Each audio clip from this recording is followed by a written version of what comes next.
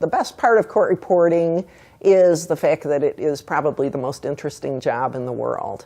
Working as a freelance reporter, I would go to different locations every day, meet different people, hear all kinds of testimony. It could just run the gamut. And so court reporters are great at cocktail parties because they know a little bit about a million different things. But it was just every day something different and something interesting. Two of the most interesting jobs that I had as a court reporter were working on the Space Shuttle Challenger investigation when that blew up in 1985. And then also I had the honor of being one of the captioners for Pope John Paul II's historic visit to St. Louis. And I recorded statements made by then President Clinton and Vice President Gore, the Pope himself. And it was really nerve-wracking because our captions were displayed on Jumbotron screens like you would see at a sporting event. And so any mistake I made would be in letters like a foot tall marching across the screen. But it was a wonderful experience to be a part of history.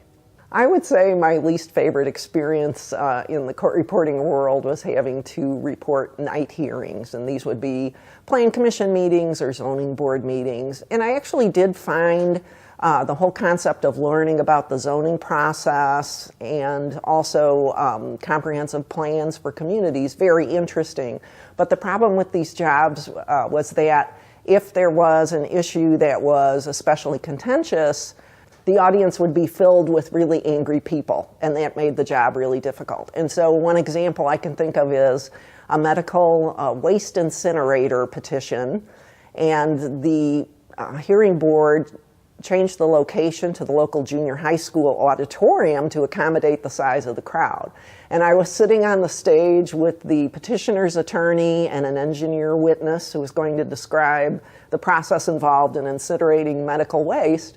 And the audience was absolutely packed with people holding signs and chanting during the testimony. And so the attorney would have to cup his hands and say, "Please state your name for the record."